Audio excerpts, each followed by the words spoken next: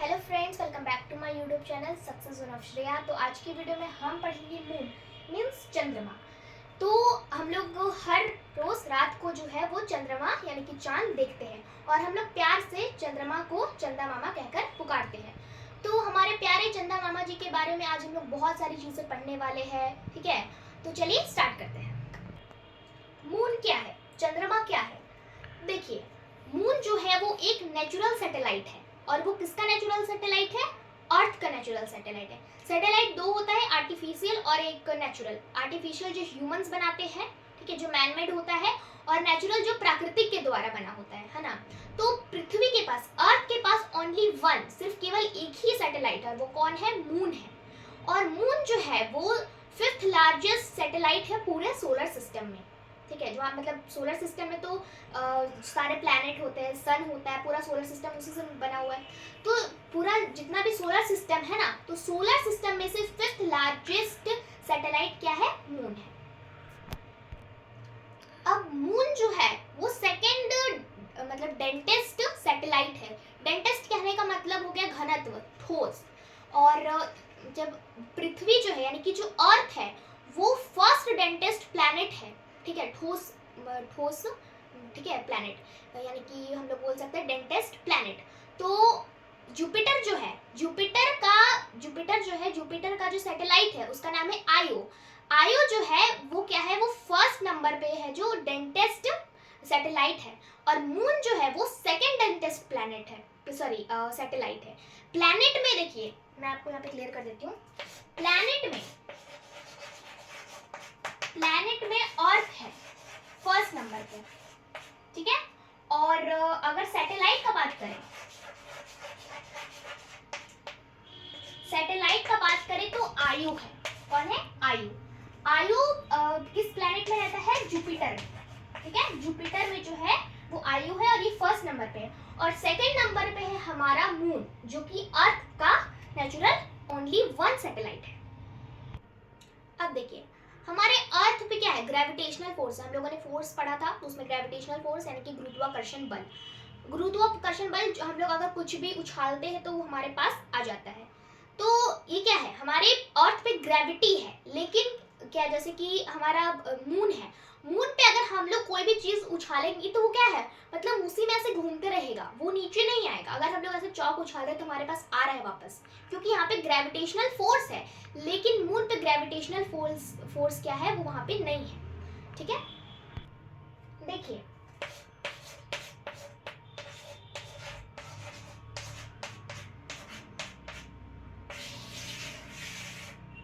अपोच, ठीक है। अपोच का मतलब होता है ऐसा सपोज करिए, देखिए ये है अर्थ हमारा, ठीक है, और ये है मून। अब अर्थ, ठीक है, अर्थ है, अर्थ के सामने क्या है? मून जो है वो रिवोल्यूशन करता है। तो रात को वो रिवोल्यूशन करता है, अर्थ नहीं घूमता। अर्थ के पीछे, अर्थ के चारों ओर कौन घूमता है? मून घूमता है। अब मून जो है वो मतलब बहुत ज्यादा उससे दूर चला जाता है और कभी कभी बहुत ज्यादा क्लोज आ जाता है। जब वो बहुत ज्यादा दूर चला जाता है तब हम लोग उसको बोलते हैं एपोच। और वो कितना दूर जा सकता है? वो जा सकता है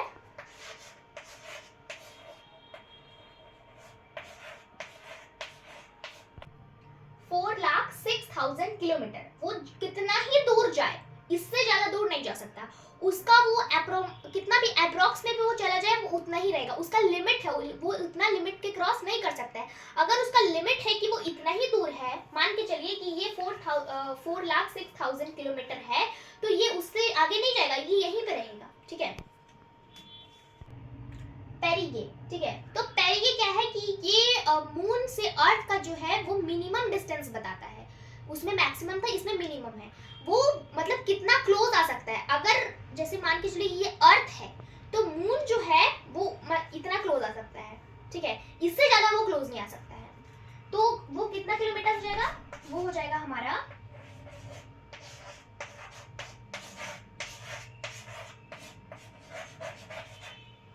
3,64,000 किलोमीटर। वो कितना भी क्लोज आ जाए उसका इतना लिमिट है। वो उतना ही फार हो सकता है, उतना ही क्लोज हो सकता है। लेकिन अगर हम लोग एवरेज में बात करें, ठीक है,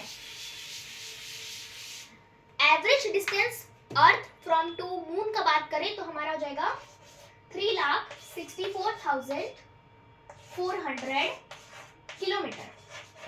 ये हमारा एवरेज कहने का मतलब कि रोजाना जैसे हम लोग पर डे, ठीक है, कभी कभार वैसा कुछ हो जाता है जिसके कारण वो थोड़ा फार हो जाता है और थोड़ा क्लोज हो जाता है, तो वो लिमिट इतना है, इतना से इतना किलोमीटर, वो मैंने आपको बता दिया है। और एवरेज डिस्टेंस रहेगा 3,64,400 किलोमीटर। देखिए, आप लोग अगर चंद्रमा को देखते होंगे, जैसे कहा भी जाता है ना कि चंद्रमा में भी दाग होते हैं, हम लोग कभी कभी बोलते हैं ना, तो चंद्रमा में दाग किसके कारण होते हैं? कभी कभी आप देखते होंगे कि व्हाइट पैचेस होते हैं और कभी कभी मतलब कि मतलब व्हाइट कहने का मतलब ब्राइट पैचेस होते हैं, ठीक है, ब्राइट कलर थोड़ा व्हाइट टाइप का, और कभी कभी ना ऐसे डार्क पैचेस यानी कि ब्लैक कलर का आप देखते होंगे, वो किसके कारण होता है? देखिए, मून है ना, मून है, अगर ब्राइट पैचेस है, ब्राइट इसका मतलब हो गया, बीपी मतलब ब्राइट पैचेस है, अगर ब्राइट पैचेस है तो उसका मतलब हो जाता है हाई हील्स। क्या हो गया? हाई हील्स, मतलब कि बहुत ऊंचे पहाड़, हाईलैंड्स, ठीक है, वहां पे मतलब बहुत ज्यादा पहाड़ हो गया, ठीक है, वहां पे थोड़ा सा खतखुरा टाइप का हो गया, तो उसको हाईलैंड हो गया, तो उसको हम लोग क्या बोलेंगे? जब भी आप लोग अगर ब्राइट मून देखोगे, ठीक है, उसमें ब्राइट पैचेस आ गए, तो उसका मतलब हो गया हाई हील्स। और जब भी आप लोग अगर डीपी का मतलब हो गया डार्क पैचेस, डार्क पैचेस अगर देखोगे तो उसका मतलब होता है प्लेन एरिया, प्लेन एरिया, ठीक है, वहां पे प्लेन एरिया है, कुछ वहां नहीं है, मतलब अपोजिट है, लग रहा होगा डार्क पैचेस हो तो वहां पे कुछ होगा, लेकिन वहां पे प्लेन एरिया होता है। और ब्राइट पैचेस का मतलब हो जाता है हाई हील्स, हाईलैंड्स वगैरह वगैरह, ठीक है। ये देखिए क्या लिखा हुआ है, लिबर्टीज माउंटेन। लिबर्टीज माउंटेन है क्या? देखिए, मून पे जो पहाड़ होते हैं, अभी बताया मैंने आपको, तो जब जो हिल्स होते हैं उसमें से जब से हाईएस्ट माउंटेन कौन सा है, सबसे ऊंचा पहाड़, ऊंचा पर्वत कहने का मतलब, तो कौन सा है? Liberties mountain. और ये सिचुएटेड कहाँ है? मून जो है, मून का कहाँ पे? साउथ पोल में, यानी कि उत्तरी गोलार्ध में। मून पे क्या है? No atmosphere, no sound, no gravitational force. Gravitational force मैंने बताया था, गुरुत्वाकर्षण बल होता नहीं है, ठीक है। और नो एटमॉस्फेयर कहने का मतलब वहां जैसे कि हम अर्थ पे हमारे बहुत सारे गैसेस हैं, है ना, लेकिन मून पे नहीं है गैसेस, उतने टाइप की गैसेस नहीं है, और जो कुछ भी है तो वो बहुत ज्यादा हार्मफुल गैसेस है। अगर आप देखोगे जो साइंटिस्ट जाते होंगे, ठीक है, अभी सुनीता विलियम्स गई थी और भी बहुत सारे लोग गए थे या जाएंगे, ठीक है, तो देखते हो वो सिलेंडर, ठीक है, ऑक्सीजन का जो सिलेंडर होता है वो लेकर जाते हैं। क्यों लेकर जाते हैं? क्योंकि वहां पर ऑक्सीजन नहीं है, बहुत ही अप्रोक्सीमेटली बहुत ही कम मात्रा में ऑक्सीजन है वहां पे, तो इसीलिए क्या होता है वहां पे ऑक्सीजन का सिलेंडर लेके जाया जाता है। और वहां पे साउंड भी नहीं है, अगर आप वहां पे किसी को कुछ बोलोगे तो वो आपकी बात सुनेगा भी नहीं, ठीक है, जैसे अभी मैं बोल रही हूँ तो आप लोग सुन रहे, क्योंकि हम लोग अर्थ पे हैं। अगर हम लोग मून पे चले जाएंगे, हम लोग अगर कितना भी क्लोज बैठे रहो एकदम यहाँ पे भी ना, तो कोई नहीं सुन पाएगा आपका बात, क्योंकि वहां पे no sound, no atmosphere, no gravitational force वहां पे नहीं है। तो एक बहुत ही इंपॉर्टेंट चीज मैं आपको क्लियर कर देती हूँ कि मून के पास अपना मून लाइट नहीं है, ठीक है, उसके पास अपना अपना रोशनी नहीं है। देखिए, सूर्य जो है, जो सन है, वो क्या है? बहुत ही हीट है। क्या है? हीट है। अब इंडिया जैसे मान के चलिए ये इंडिया है, ठीक है, इंडिया के सामने अगर ये इंडिया है ना, अर्थ जो है जब रोटेट करता है, जब मतलब अपने एक्सिस पे, ठीक है, तो क्या होता है, जब वो रोटेट कर रहा होता है तो वो इंडिया जो है जस्ट सामने होता है सन के, तब उस पे उसका रेस पड़ता है। लेकिन जब वो पीछे आ जाता है, इस साइड आ गया, तो इस साइड तो नहीं पड़ रहा है रेस, सामने वाला जो कंट्री होगा उसमें रेस पड़ रहा है, तो इधर क्या आ जाता है, मून की तरफ वो आ जाता है, और इधर सन जो है वो दूसरे कंट्री को रेस देता है। तो देखिए, जो मून है, क्या मून का लाइट कहाँ से आता है? मून का अपना कोई वोन लाइट नहीं है, वो जो सन का लाइट है वो वहां से समझिए कि लेता है और फिर जो है वो हमारे पृथ्वी पे रिफ्लेक्ट करता है। तो कहने का बात यही है कि मून के पास अपना वोन लाइट नहीं है, और जो वो रिफ्लेक्ट करता है अर्थ पे, वो एक्चुअली सन का लाइट है, जो वो उसे लेकर और फिर अर्थ पे रिफ्लेक्ट करता है। और उसका समय जो है, यानी कि टाइम जो है, मून जो है वो अर्थ पर जो लाइट रिफ्लेक्ट करता है उसका टाइम है 1 मिनट 35 सेकेंड। मून को लगते हैं 1 मिनट 35 सेकेंड, ठीक है, लाइट को रिफ्लेक्ट करने में अर्थ पे। तो देखिए अभी बताया मैंने कि मून के पास अपना लाइट नहीं है, वो सन का लाइट जो है वो रिफ्लेक्ट करता है। तो सन कितना परसेंट लाइट जो है वो मून को देता है? तो 7% लाइट जो है वो सन जो है वो मून को देता है, और वही लाइट वो अर्थ पे रिफ्लेक्ट करता है। आपको पता होगा, आपने बहुत फेमस नाम है नील आर्मस्ट्रॉन्ग, जो कि फर्स्ट मैन है जो स्पेस मतलब मून पे गए थे। तो वो मून पे गए थे, तो उन्होंने मतलब मून पे कब वो गए थे? तो डेट है 20 जुलाई 1969 को वो मून पे गए थे। और कहाँ पे गए थे? अपोलो 11 में गए थे, वहां पे वो गए थे। लेकिन फुट स्टेप यानी कि मून पर, चांद पर कदम कब रखा था? चांद पर कदम उन्होंने 21 जुलाई 1969 को रखा था। और कहां पे रखा था?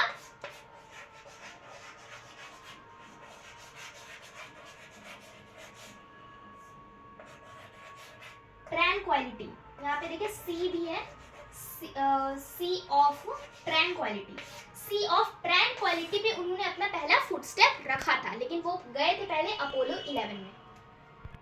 देखिए मून रोटेशन और रिवोल्यूशन दोनों करता है। तो रोटेशन का कहने का मतलब वो अपने एक्सिस पे है, वो घूमता है, ठीक है, ये मान के चलिए उसका एक्सिस है तो वो उसी पे घूमता है। लेकिन रिवोल्यूशन कहने का मतलब अर्थ के चारों ओर जो है वो मून घूमता है, तो उसको बोलेंगे रिवोल्यूशन। ये अगर अर्थ है, ये अर्थ है, तो इसके चारों ओर चक्कर कौन काटता है? मून काटता है। लेकिन अपने एक्सिस पे कौन घूमता है? मून घूमता है। तो दोनों उसको करना है ना, तो वो दोनों मतलब कि ऑलमोस्ट सेम टाइम में करता है, और उसका टाइम है 27 डेज। 27 डेज में वो रोटेशन और रिवोल्यूशन कंप्लीट करता है, तो दोनों का एग्जैक्ट सेम टाइम होता है। अब मून का साइज क्या है? तो देखिए मैंने आपको बताया था पहले कि अर्थ का जो 4 भाग होता है, तो मून जो है वो अर्थ से बहुत ज्यादा छोटा है। तो अगर अर्थ का 4 भाग है, तो मून जो है वो अर्थ का 1 भाग का हिस्सा है, उतना है। जैसे सन बहुत बड़ा है, तो सन से बहुत छोटा क्या है? अर्थ है, और अर्थ से बहुत छोटा क्या है? मून है।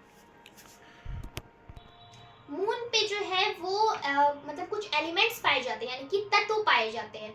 तो वो कौन कौन से एलिमेंट्स है? पहला हमारा हो जाएगा ऑक्सीजन है ना, उसके बाद सिलिकॉन, मैग्नीशियम, उसके बाद आयरन, एल्युमिनियम और कैल्शियम। टोटल 6 एलिमेंट्स जो है वो मतलब कि मून पे प्रेजेंट है। देखिए मून को जो है वो फॉसिल प्लैनेट भी कहा जाता है। फॉसिल प्लैनेट क्यों कहा जाता है? क्योंकि वहाँ पे कोई भी स्ट्रॉन्ग एटमॉस्फेयर नहीं है, वहाँ पे कोई स्ट्रॉन्ग गैसेस नहीं है। अगर कोई लोग जाता है तो उनको मतलब अपना ऑक्सीजन सिलेंडर और बहुत सारा अपना जीने के लिए बहुत सारा चीज़, बहुत हेल्पफुल चीज़ लेके जाना पड़ता है। क्योंकि वहाँ पे अगर हम कुछ नहीं लेके जाएंगे, खाने पीने के लिए बहुत सारा हम लोग को कुछ मेडिसिन आता है जो हम लोग मून पे लेके जाते हैं। वहाँ पे ऐसा माहौल ही नहीं, उसका ऐसा हैबिटेशन ही नहीं है कि वहाँ पे कोई जीवित रह सके। तो क्या है, वहाँ का जो एटमॉस्फेयर है, वहाँ का जो इन्वायरमेंट है वो बहुत ज़्यादा जो है मतलब वहाँ का इन्वायरमेंट जो वो स्ट्रॉन्ग नहीं है, अनस्ट्रॉन्ग है। तो इसीलिए उसको फॉसिल प्लैनेट कहा जाता है। देखिए हम लोग जब चंद्रमा को देखते हैं, ठीक है, रात को अगर आप देखोगे तो क्या आपको पूरा चांद दिखाई देता है? आप कहोगे कि हाँ ऐसे दिखाई देता है, मतलब जिस शेप में भी, ऐसे भी अगर हम लोग सर्कल भी अगर आपको पूरा दिखाई देता है, चाहे इस टाइप का जैसा भी आपको दिखाई देता है, तो ये 41% ओनली दिखाई देता है। हम लोगों को पूरा 100% मून नहीं दिखाई देता है, क्योंकि वो सर्कल है, ठीक है, कोई और शेप का नहीं है, वो सर्कल है। इसके कारण जो हम लोग अगर मून और अगर इस टाइप का भी, इस शेप का भी है, तो हम लोग को 41% ही दिखाई देता है। पूरा फुल मून हम लोग, अगर कोई भी कंट्री में आप चल जाइएगा, ऐसा नहीं कि इंडिया में है तो इसलिए, कोई भी कंट्री में चल जाइएगा, कहीं पे भी चल जाइएगा, आप मून को पूरा एकदम पूरा 100% नहीं दिख पाएंगे, 41% ही दिखाई देगा। और 27 डेज क्यों लगते हैं? क्योंकि रोटेशन और रिवोल्यूशन जो मून है वो साथ में करता है, उसको अपने एक्सिस पे भी घूमना है और अर्थ के चारों ओर रिवोल्यूट भी करना है, तो इसीलिए उसको 27 डेज लगते हैं। देखिए मून को पहले ऑब्जर्व करने वाला कौन था? ठीक है, मून के बारे में पूरा ऑब्जर्वमेंट करने वाला जो पहला आदमी था उनका नाम है गैलीलियो। उन्होंने मून के बारे में पूरा ऑब्जर्वमेंट किया, उसको ऑब्जर्व किया। तो इसी के साथ आज का हमारा टॉपिक ख़त्म होता है, मून। आई होप कि आपको ये वीडियो अंडरस्टैंड हुआ होगा। तो मिलते हैं नेक्स्ट वीडियो में, लेकिन हमारे चैनल को सब्सक्राइब करेगा और लाइक करेगा। मैं इसी तरह आप सब लोगों के लिए बहुत ज़्यादा हेल्पफुल वीडियोज़ लाऊंगी। Thanks for watching, bye bye.